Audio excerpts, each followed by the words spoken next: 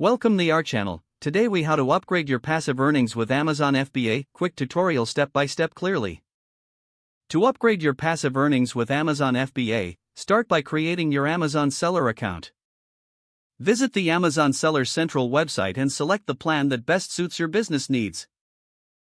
Fill out the necessary information, including your business details and banking information. Once your account is set up, research profitable products to sell.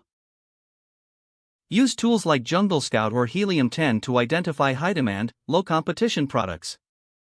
Evaluate your potential margins by calculating costs like manufacturing, shipping, and Amazon fees. Next, source your products from reliable suppliers. Consider platforms like Alibaba or direct manufacturers to find quality products at competitive prices. After securing your supplier, order samples to ensure product quality meets your standards. Once you're satisfied, place your full order and arrange shipping to an Amazon fulfillment center.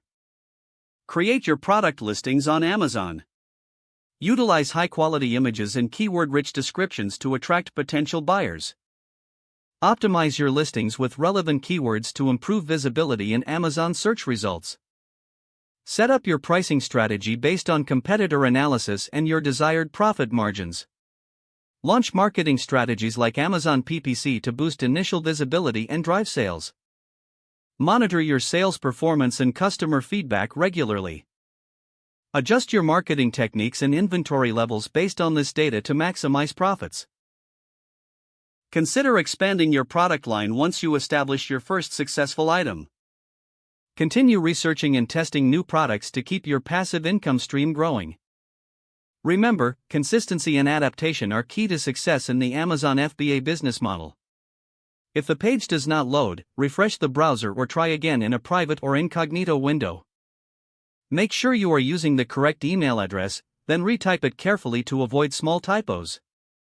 If your password is not accepted, use the reset option and create a new strong password you can remember.